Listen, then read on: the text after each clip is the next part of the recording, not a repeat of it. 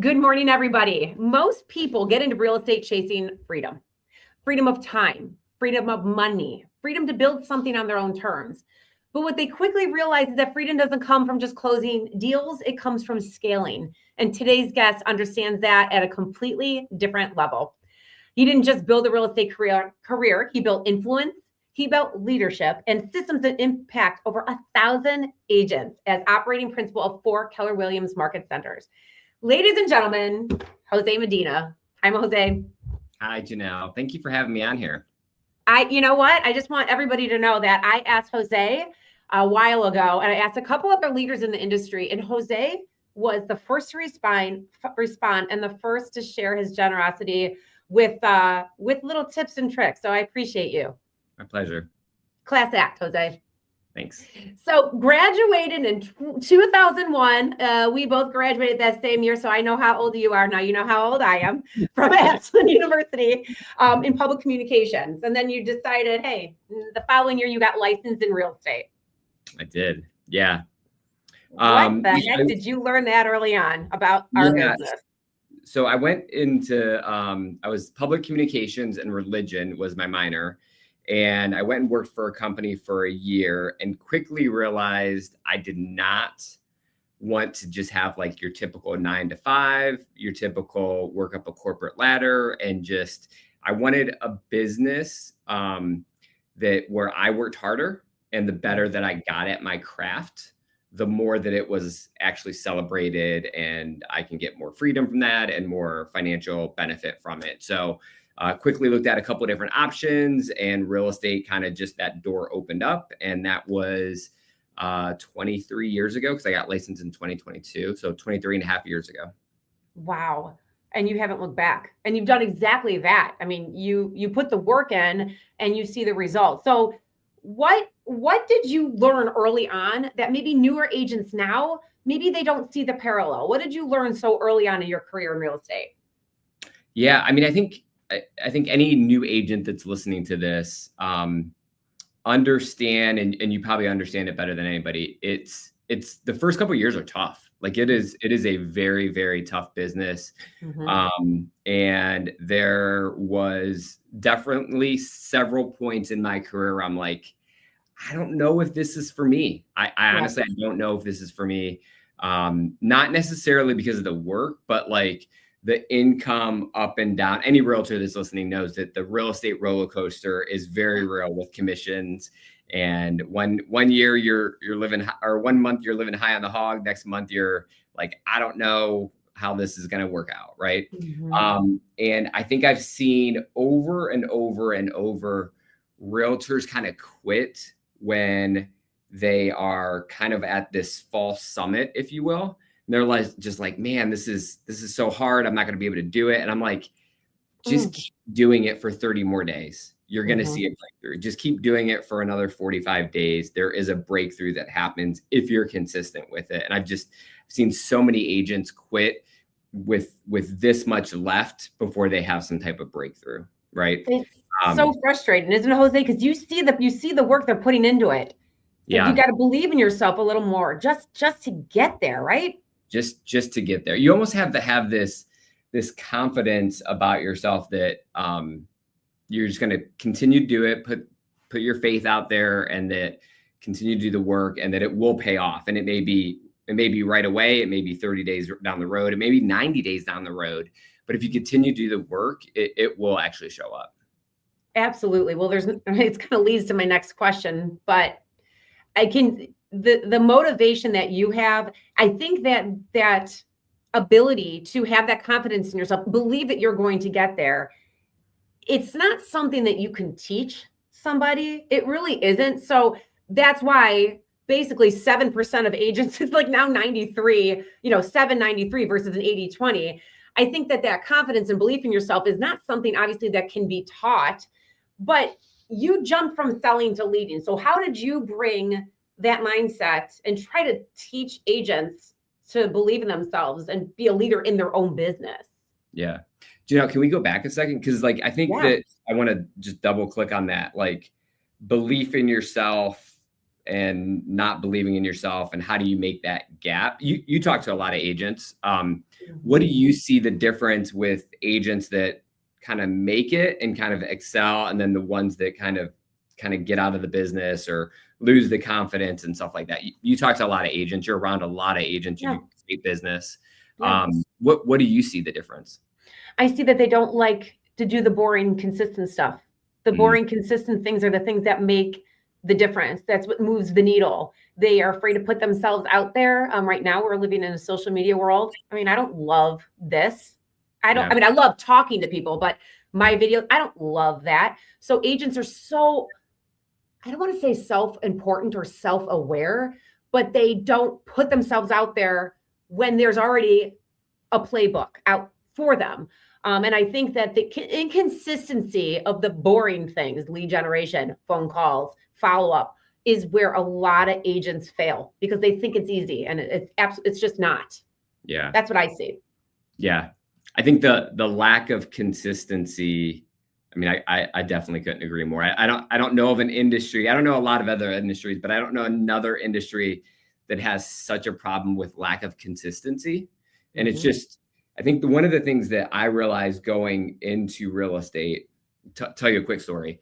I got licensed, and the only way I was able to get licensed, because I didn't have any money. And the only way I was able to get licensed is that this broker that I started with brought in a group of agents, and he agreed to pay for the licensing that went along with bringing him in. And it was like a class of like 5. And he paid for it and all of that. And so about a month and a half in, I was in the office doing the work. And one of the ladies that was licensed with me, she came in and she went to the broker's office and she's like, "Hey, I'm getting out of the business. I can't make it." And so the broker asked, "What are you going to do?" And she said, "I'm going to work for," it's called Synchrony, which is a local company that has it's telemarketing. They just do telemarketing. And I'm thinking in my head, if this person had just shown up every day like they have a job and treat it like a real job, not a gig, not a part-time thing, but just get to the office, get in there, do the work, make the phone calls, make the contacts. You're going to do that for someone else. Why not just do that why not have the self-consistency to be able to show up that way? And then you get to create your own lifestyle at that point. But I think it's so many people aren't willing to do the upfront work or don't have the consistency in their schedule, that they need to go find another 9 to 5 that demands a consistency in their schedule. I love that, because she's going to be a telemarketer when all you have to do is pick up the phone and talk to your people. But let me ask you, Jose, do you think, just listening to that, and I see it now after COVID, post-COVID, when things are a lot, back to normal, which is difficult. If you replace fear, I think a lot of people would stay in the business more. Fear of not making money, fear of losing face, fear of failure. How does fear show up in your day-to-day? And do you look at something as fearful or an obstacle to overcome? Yeah.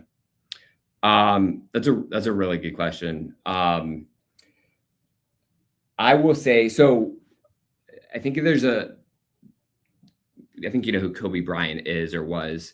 Yeah. I have a fond affection for Kobe Bryant. I've listened to everything that he's probably said over his career, because I appreciate him, because he was never the fastest. He was never the most talented.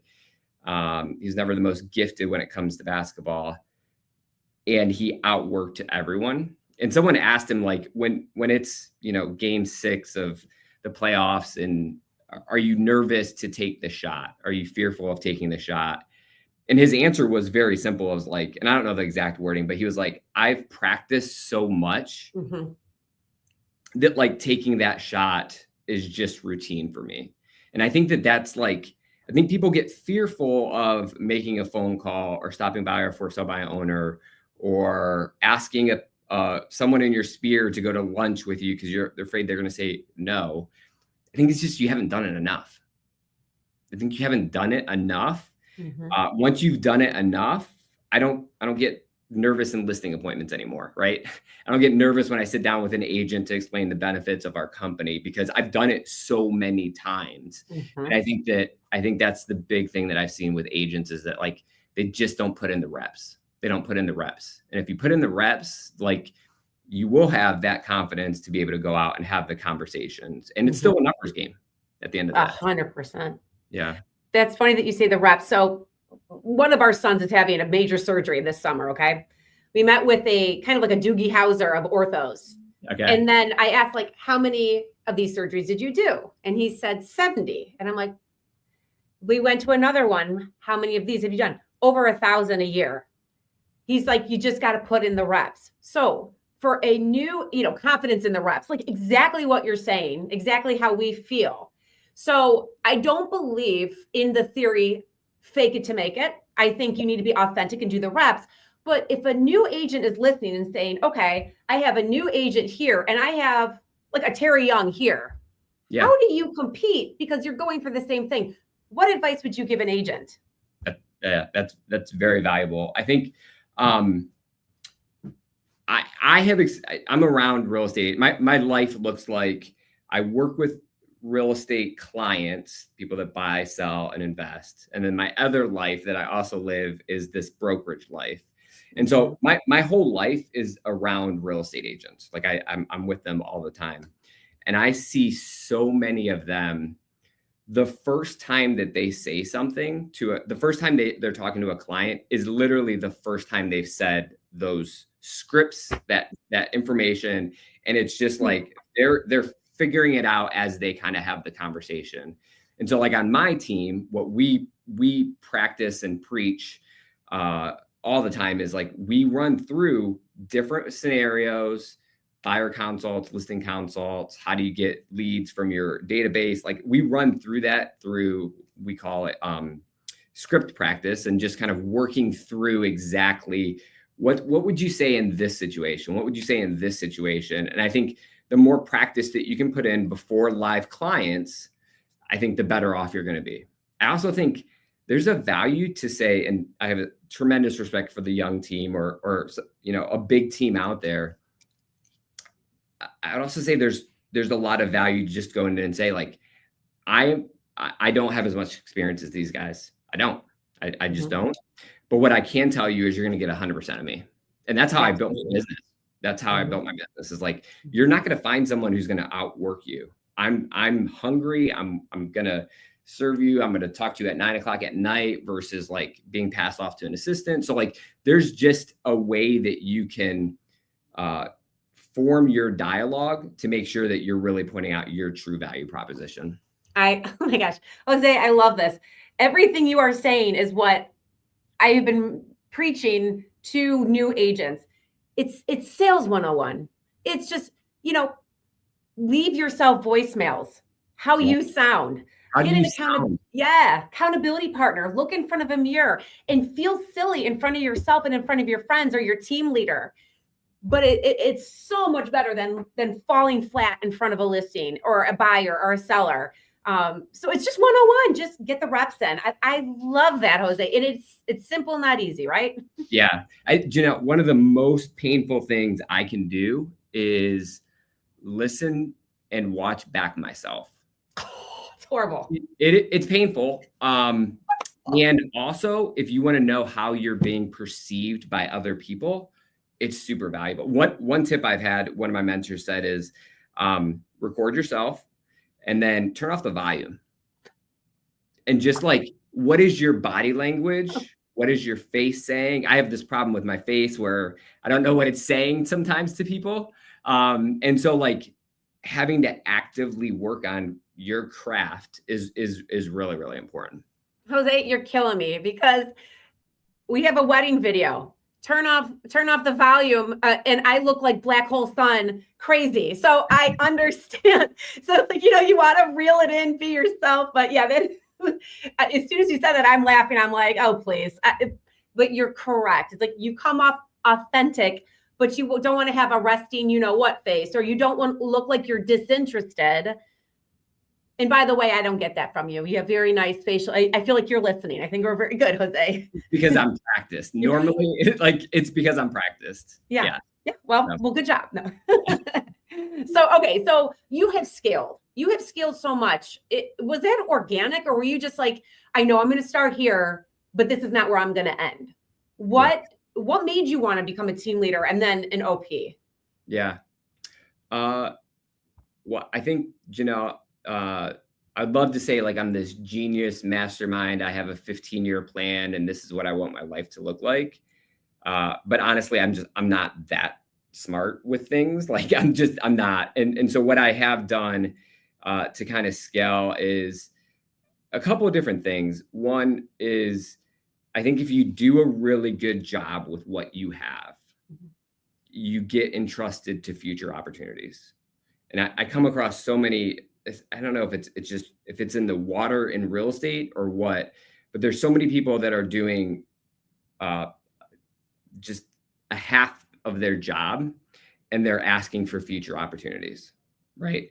And I think what I have done is like, you said this before when we had talked earlier, was like, I just kind of stick to myself. Like, I don't really like go out and look for the fame or I'm actually kind of the opposite. So like, I just really focus on what I have in front of me.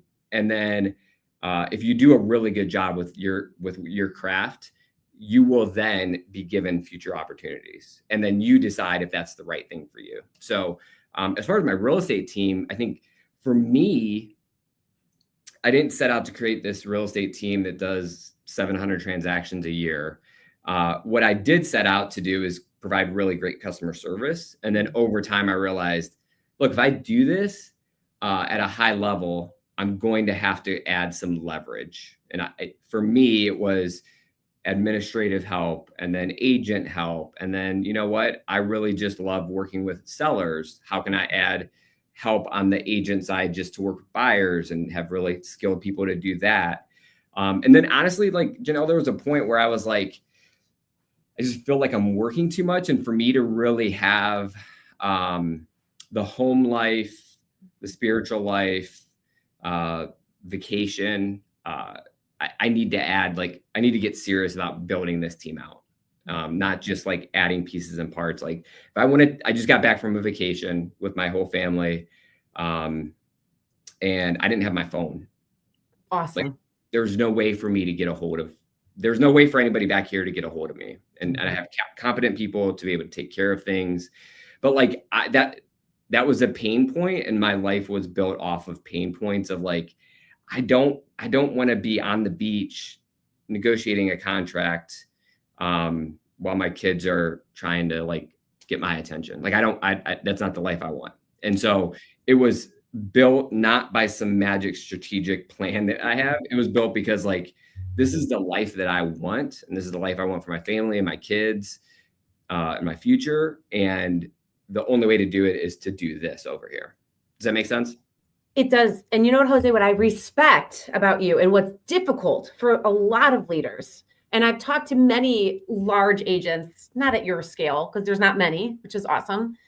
How do they do it? How do they keep their team leaders? How do they, but what I found are a lot of them don't have the organization. Number one, that's fine. Processes are huge. You got to stay organized. Unwilling to leverage the control. And I think that you said you trust the people that are in your circle. You trust them to do the job that they were, I don't want to say, hired or brought on your team to do, that you could go on the beach and spend time with your family. How did you, I can't assume, but it is a control thing when you are very, you want the level of service that you are telling your clients they are going to see. How did you slowly let go of some of that control? Or did you just hire people that were either better than you in the part that you did not like, or the part you did not like and you just hired somebody and you were good at and you just hired somebody for that? How did you get rid of some of that control? Yeah, I'm a control freak. Anybody that's around me will say like, I would say has a lot of opinions about how he wants things to happen, for sure. Right. Mm-hmm. And also it's like balancing that with the humility side of things of like, someone else can do it just as good as me, if not better. Right. And so like, there's that balance that I see. People can go one way and they're like control freaks and won't give anything up. Yeah. But like, for me, it's always like just kind of like the humility of saying, you know what, like they can do it just as well. Maybe it's not exactly the way I would have done it. Yeah. And it's still very good. Right. Yeah. And so I think there's just like a humility that goes along with that. And I also think one of the blessings that I've had throughout my career is a lot of my people have been with me for a long time. Mm-hmm. And so like, there's a consistency that happens over time that I can depend on certain people and know that, my closing manager has been with me for 19 years. Like, she knows everything about me. She knows how to communicate with me and vice versa. On the market center, on the brokerage side of things, there's this saying that TLs only last 2 years. And that's just not the case in my world. Like, I've had several that are 5, 6, 7, 8 years in the role. And I think once you have that consistency, it allows you to build off of it, gain more trust, and just kind of like this flywheel kind of happens with it. As long as you treat your people well and they want to stick around and all of those things. Well, that's what I was going to ask, because I think team leader is one of the most difficult positions.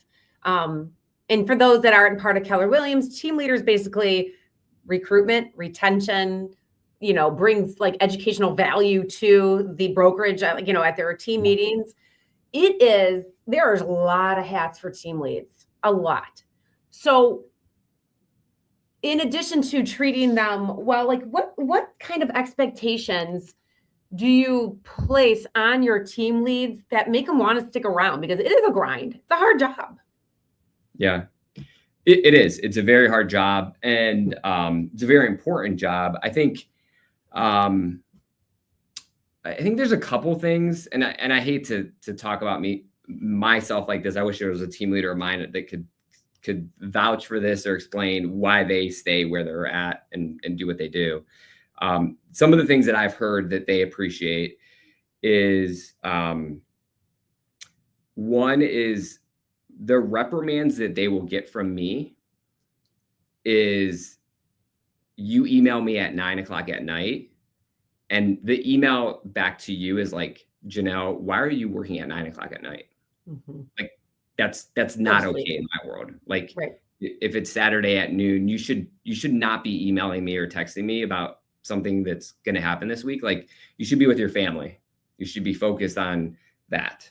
Mm-hmm. And so like, protecting their time and understanding that they're a human that has human things that go on in their life, and that they're just not some robot that shows up for a job. That's one thing I think that they appreciate. And then I think the other thing is, that business is very numbers driven, right? Yes. Yeah. Very, very clear demands that corporate puts on you, or some, your own personality puts on you. And I think for us, the way I view leadership is, it's a balance of grace and truth. And so I think that there are times that we have more truth conversations that have to do about results and getting things done. Mm-hmm. And then there's also times where there's like grace and relationship that happens. And I think the best leaders, regardless of real estate or other areas, they are very good at balancing grace and truth, relationships and results. And if you lean one way, you can be a bulldozer and you just plow people over, and you're going to have a lot of retention issues. But if you're also the other way and you're just their best friend, that's not helpful for them either. Right. And I think that great leaders can balance that really well. It's very hard, and I get it wrong probably a lot of the time, and I probably go more on the bulldozer side of things a lot of times. But I think the best leaders can do that. And I think as an employee, that's what they want. They don't want a best friend, and they don't want a bulldozer. They want someone who can balance that out and cares about them. I respect that, Jose. And it's somebody to look up to, because, I don't know about you. You're like a humble dude. And I'm sure you have mentors. You have Kobe Bryant to look up to. A lot of people underneath you, even like your agents, your leadership team, people look up. They look up to you. They look up to the OPs. They look for that example. So I don't know. I just think that's very respectful that you do humanize them, and, you hold them accountable with grace. And, obviously it shows you're extremely successful. And I know that's not you. You're probably like uncomfortable with me saying that, but, yeah, you're just, I like hearing that, Jose. And it's nice to hear that people in the industry that aren't working for Keller feel the same way. I hear a lot. Jose. So, all right, kind of going back a little bit more, and I won't take up too much more of your time, but I think this is really, really interesting for new agents and even older agents who are just used to just riding a wave. If an agent's phone is not ringing, what are they not doing right? I loved that you had sent me over a handful of questions. Yeah. And I loved when I read that question, because I said, everything that is wrong in that question is like, in that question, you're waiting for the phone to ring. Exactly. That's the problem. Like, exactly. You can't just wait. This is a weird analogy that I'm not sure if it's how it's going to land, but there's farm animals and then there's jungle animals. And I think farm animals wait for the farmer to come in and drop something down for you. Yeah. That's really tough in real estate. It's really, really tough in real estate. You have to be a hunter, right? Yeah. You have to be a jungle animal that if you don't go out and do the thing, do the phone calls, do the social media, do the past client contacts, work your database. Like that's the jungle animal that you have to go out and kill what you're actually going to eat. And I think if you have the mentality of my phone's not ringing, I don't know if this is for me, then it's probably not for you. Exactly. It's probably not. Like you have to go and make things happen. Okay. So what happens if your sphere of influence does not know you're a realtor because you don't want to bother your friends and family? What do you say to that agent? I hear that all the time. All the time I hear that. Yes. And they don't know they don't know I'm Asian. I don't know. I feel funny talking about my business. How do you approach that?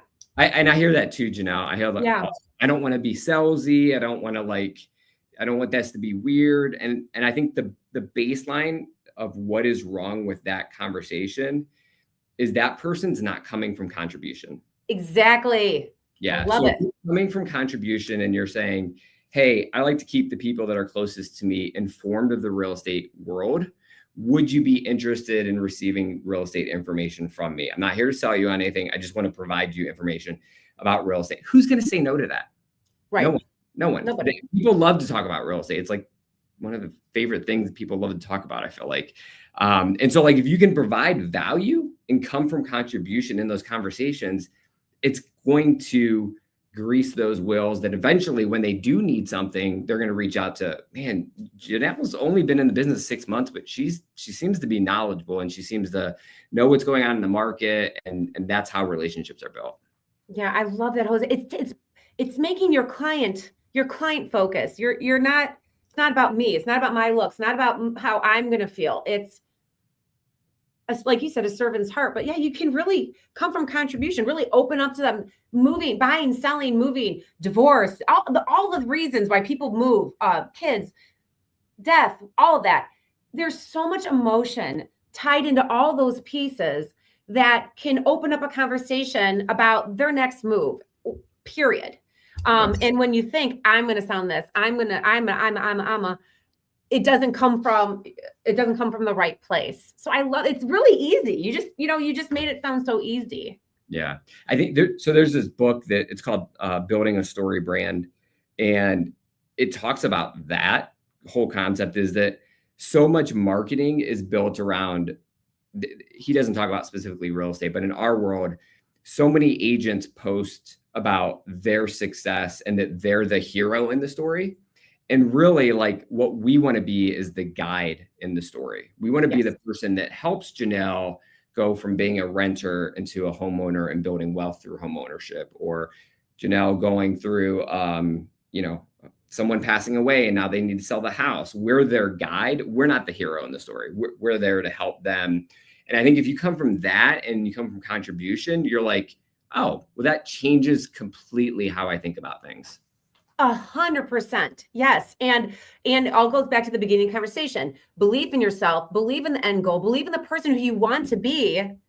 You will get there by giving. And it always comes back. And people give you grace if maybe you're brand new. But if you're coming from a good, decent place, it always comes back. So yeah, gosh, Jose, I love it. No wonder you're ahead of 1,000 agents. Yeah, yeah, good guy. Well, and I love the fact that you said yes, because you do fly under the radar an awful lot, Jose. And I think that's pretty cool. Not many people in our industry are humble, and you seem to be such. So Thanks, Jen. I do appreciate that. One more question, maybe two more, and then I'll let you off the hook. Yeah. Number one, you do have you have a large family. Your wife is so cool. She's very sweet. I remember her. We've met a couple of times. Kate, right? Yep. Mm-hmm. Okay. What's something that your family does to keep you accountable to your business, accountable that your business never could? Oh, that's a tough question. And yes, I do have an amazing support system. I've been married for coming up on 25 years. Wow. And then we have 4 kids. Mm-hmm. So the question is, what keeps me, say it again, say the question again. How can your family keep you accountable that a business couldn't? Like, I think, yeah, I think, especially in real estate, when you start to have success, like you said, there's a lot of people that it goes to their head, and you get to be on podcasts with Janelle, and you get to be doing things and getting awards and celebrated, and money starts to happen. And I think a lot of times agents lose the grounding part of like why they're doing the things. And I think for me, my family could care less if we sell 700 houses or 70 houses. They honestly, I don't even think if I asked them how many houses I sold, they'd be off by 100 at least. And they don't care about that. They care that dad's at the track meets, that dad is willing to play Fortnite with them, even though I secretly love to play Fortnite with them. That I'm available when they need me. And I think that my wife and I and our relationship is able to keep me focused, that those are the things that really matter. Yes. Those are the eternal things. Those are the things that will matter 20 years from now. If I close this deal, or if this agent comes over to the brokerage, it'd be nice. And what really matters is those eternal things. Yeah. I love for you that you have a balance of the important things in your life, and work is important to you, but you're doing it for another reason, just like you said. Yeah. One thing I'll add, because it's one of my favorite concepts, principles, is that work funds your life. Work is not your life. And I think as you gain success in real estate, people sometimes lose track of that. And it's easy to, because it's busy. It's all consuming. Yeah. Yeah. And I've seen so many people end up with really high GCI and then really not a great home life. And for me, that's not success for me. And so just being able to have a good support system around you to be able to call you out and say, like, does that really matter at the end of the day? I love that, Jose. We were raised, my brother Rick, and then we have another brother, Danny. We were raised in a hair salon. So we watched our parents talk to people. We watched them, cater to different personalities. My parents never missed a thing of ours. And, they provided a nice life for us, but never once did I say, oh, you know what, mom and dad, go do a perm, but miss my game. But, and then you and your business is huge, and you make that your kids are, your family's your priority, because at the end of the day, they're all going to be out of the house. It's going to be you and Kate, right? Like my husband, Jimmy, and I, maybe Jonah. And what's important, you don't want to lose all those little moments. So I think that's huge. So thanks for sharing that. Yeah. Last thing, this is a zinger, but it's not. Success in real estate is simple, but people overcomplicate it by ...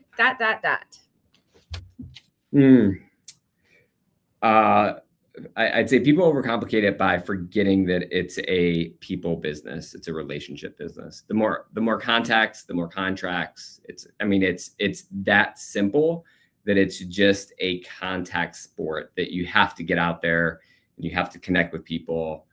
and you have to figure out what works for you, because what works for me doesn't work for someone else. And as long as you're just making those contacts, it sounds so simple. And I think that agents do all of this other stuff to get away from and hide from this stuff, which is a contact sport, right? They do the social media, they do classes, they do all the things. And at the end of the day, it's just, let's go out and connect with people at the end of the day.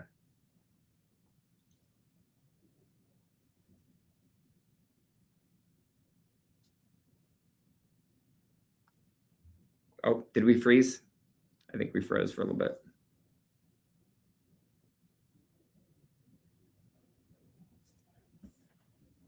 Uh-oh. Are you there?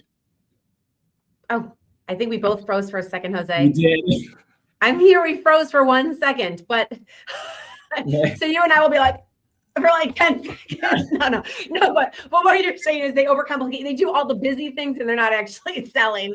Yes. So yeah, you're absolutely right, Jose. You're right. No, I'm so sorry. My brother and I did this podcast once, Jose, and he froze for like 5 minutes. I couldn't even control myself. So anyways, all right, bringing that back. No, but anyways, thank you. You're a busy guy. And I just really appreciate you so much, really taking the time to talk with me and the audience. We really learned a lot today, and I appreciate it, Jose. All right. Thanks, Janelle. It's good to see you. You too. All right, everybody. And this has been another edition of Tenacious J. Let's sell a home together.